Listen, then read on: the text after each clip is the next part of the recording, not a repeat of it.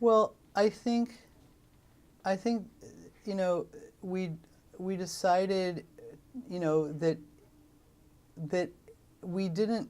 A lot of the Yiddish theater songs that are most popular are these sort of memory songs about various towns. You know, Belz or Zlatopol or Slutsk or mein, Yas.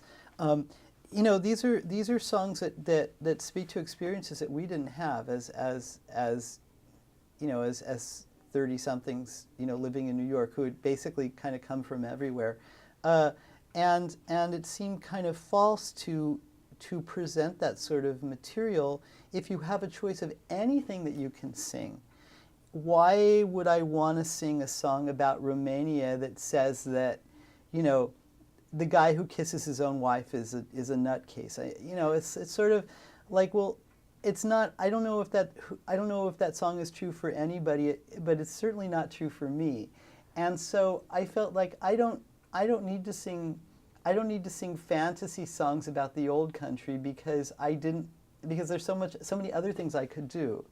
And you know, it's funny to think that is some sort of a radical idea, but at the time, you know, it kind of was. It's like you know, early on you know, people would say like, why don't you play Mein Städtele Bells? Why don't you play Romania? Why don't you play, you know, Hava Nagila? Why don't you, you know, and I would, you know, and that's the main reason is that I don't believe what those songs have to say.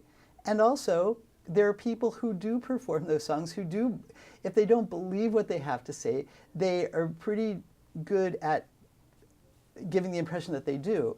And so I thought, well, you know, it's not as if these songs have to be sung by me. It's like someone else can sing them, and I can sing things that you know, that have resonance with me. And if they don't exist, we can write them. You know, after a certain point, if you feel comfortable enough, as if you're sort of comfortable enough with the music that you feel like you're part of the tradition, it's like then you can say, you know, okay, well, I can write. You know, there's enough people now who can write, who are writing songs, who are writing lyrics. It's like you can like write with them. You can take an older song and change the lyrics so they reflect your point of view. You can sing older songs that are universal in a way that speaks to you personally.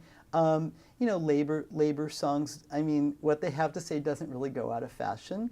And you know, some of them have like the most like beautiful music, and the lyrics are really strong, and there are things that they say have basic human truths and sentiments that people can relate to. You know, in a way that something like Romania, it's not the same kind of thing. It's a much deeper kind of expression. So, you know.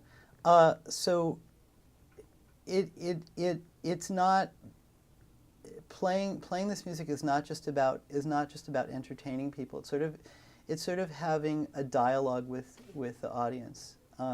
So as we got started doing that, you know, it became, you know, and we saw how audience reacted to that. It really became much, you know, what we were about.